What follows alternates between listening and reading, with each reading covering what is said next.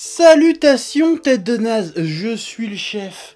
Hein, aujourd'hui on va tenter un nouveau format, un petit truc que ça fait un petit moment que je l'ai en tête, tu vois. Ça s'appellerait Chef Réaction, c'est-à-dire que je fais une petite vidéo de réaction à une news, un trailer, un truc qui est sorti dans l'univers du manga, ou du cinéma, ou du jeu vidéo, peu importe. Enfin jeu vidéo non, mais voilà, pour que je t'explique le concept. Seulement à chaque fois que je veux faire ça, qu'il y a un trailer ouf qui sort, un truc comme ça, un truc important qui sort, bah le problème c'est que je suis pas chez moi, je suis en convention ou ailleurs, et j'ai pas le temps. Or que là, aujourd'hui, il est sorti un trailer.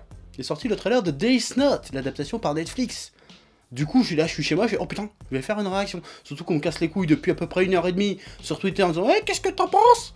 Bah je vais te le dire ce que j'en pense, bouge pas. Bon, tu l'auras remarqué pour ce nouveau format, bah d'ailleurs, il y en aura peut-être pas de deuxième, j'en sais rien, changement de décor. Là, tu vois un peu l'envers du décor des vidéos d'habitude. Là, je suis sur mon bural, je suis posé, je suis bien. J'ai mon petit kawa avec ma tasse thermique Goku de bonne aloi.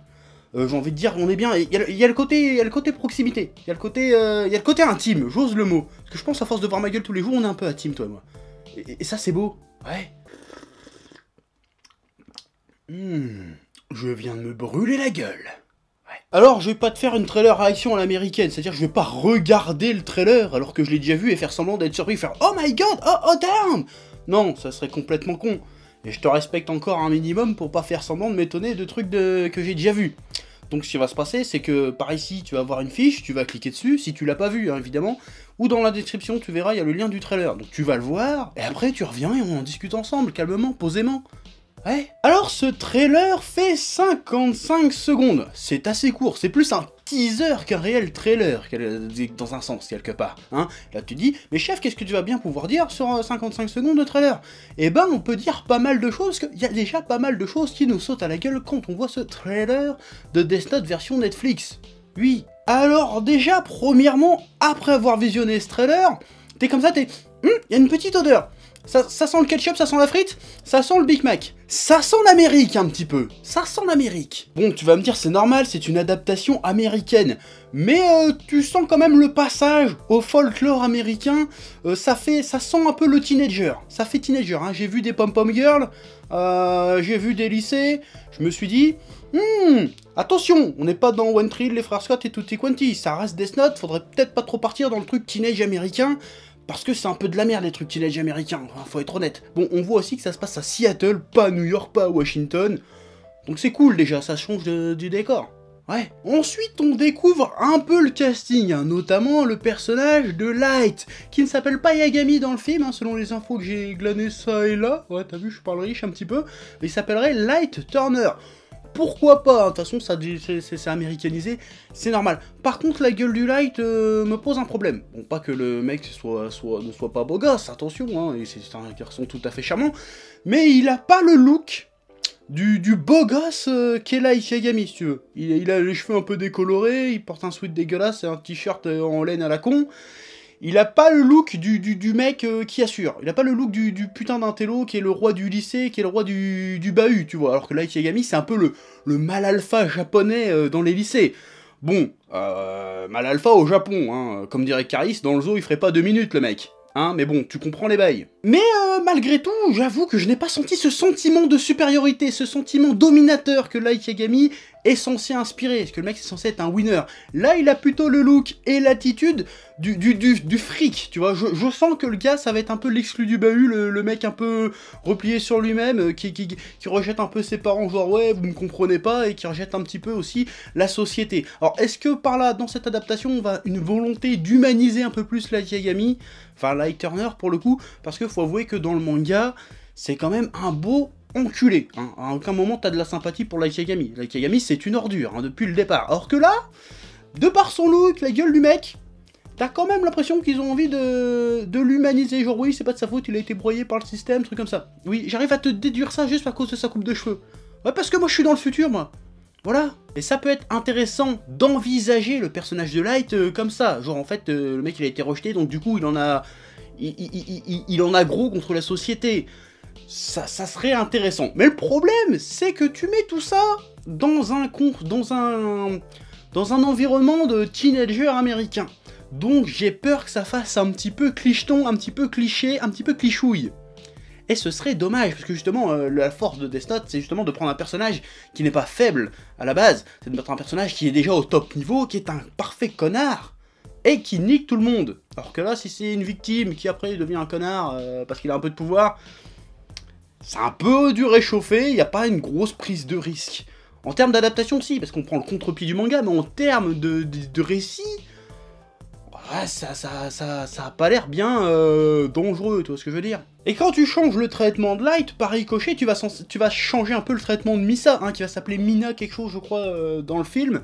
Parce que du coup, ça pourra pas être une idole japonaise, ça va certainement être une pom-pom girl super famous dans le bahut de Light. Et là, encore une fois, on retombe sur le côté, le clicheton du teenage américain qui se rebelle un peu contre la société. Voilà. Je sais pas, ça va peut-être pas être ça, mais si c'est ça, ça pue un peu la merde. Parce que on a déjà vu ça plein de fois. Parce que là, je sens le coup de la meuf qui est hyper populaire, mais qui n'aime pas sa situation d'être populaire, et qui aimerait plus s'ouvrir aux autres, notamment à Lighthearted, mais qui n'a pas envie de peur d'être jugée. Tu vois, le bon gros clicheton de la pom-pom girl qui souffre, tu vois. Et j'espère que c'est pas ça, parce que si c'est ça, ça va puer la merde. Ouais. Alors, ensuite, on a elle.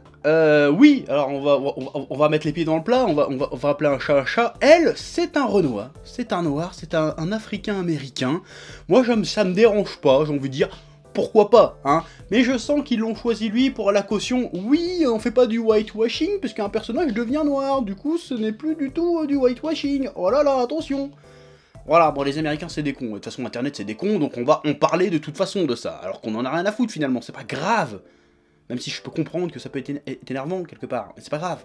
D'ailleurs, ce qui est assez marrant, quand je me suis renseigné un peu sur le film, j'ai vu un peu le casting, c'est-à-dire qu'ils ont whitewashé tout le casting, occidentalisé tout le casting, sauf Watari. C'est Watari qui s'appelle l'espèce d'Alfred de L.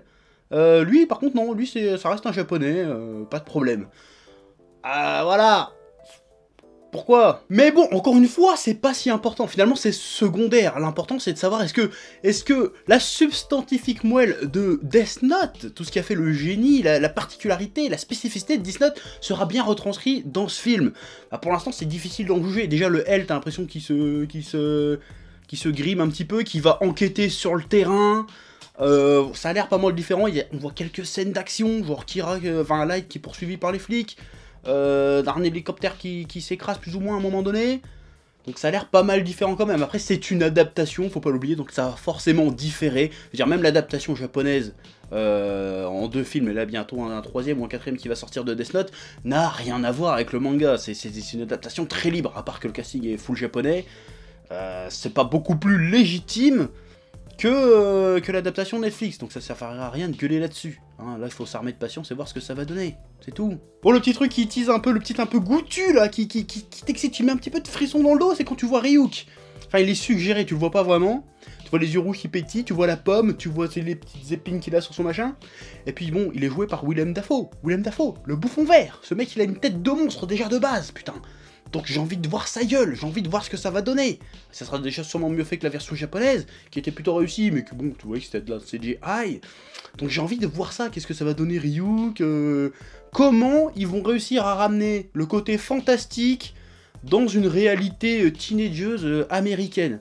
J'espère que le côté teenager sera pas trop prononcé, parce qu'on n'est pas vraiment dans ce délire-là dans Death Note finalement. C'est juste un point de départ, puis après on part dans complètement autre chose. Voilà. On verra bien, finalement. Après, je t'avoue que de base, j'ai un problème avec l'idée de mettre Death Note en film. Bon, tout est possible au cinéma, hein, je suis bien d'accord. Mais je pense que en film, c'est très difficile de rendre justice à Death Note. Pourquoi? Parce qu'en fait, Death Note, même en animé, c'est pas facile à faire, parce que c'est mieux si tu le fais de manière épisodique, parce que Death Note, c'est énormément de dialogue, c'est très blablateux, c'est très cérébral, il n'y a pas beaucoup d'action, finalement, dans Death Note. Donc si tu fais un film où c'est que du cérébral, il n'y a pas d'action, il n'y a pas vraiment de sang ou de trucs comme ça, ça risque d'être un peu casse-couille. D'ailleurs, c'est un peu le piège qu'il y a dans les 2 premiers films Death Note, qui sont un petit peu, finalement, un peu ennuyeux dans un sens, parce qu'il se passe pas grand-chose. Donc j'aurais préféré voir une série Netflix en 12-13 épisodes sur Death Note plutôt qu'un film.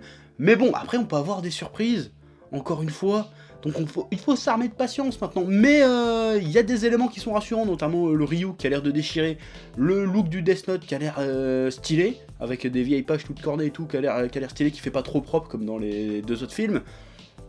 Voilà, par contre, bah, encore une fois, je le répète, j'ai peur du côté teenager américain, j'ai peur de voir un Light qui en fait est une victime et pas un espèce de gros connard mal alpha, tu vois. Voilà, donc pour l'instant, je reste dans l'expectative. Voilà, je te laisse maintenant me dire ce que t'as pensé de ce teaser dans les commentaires. Voilà, me dire si ce format te plaît ou pas, à l'occasion je le referai. Voilà, maintenant je me casse. Allez, à bientôt.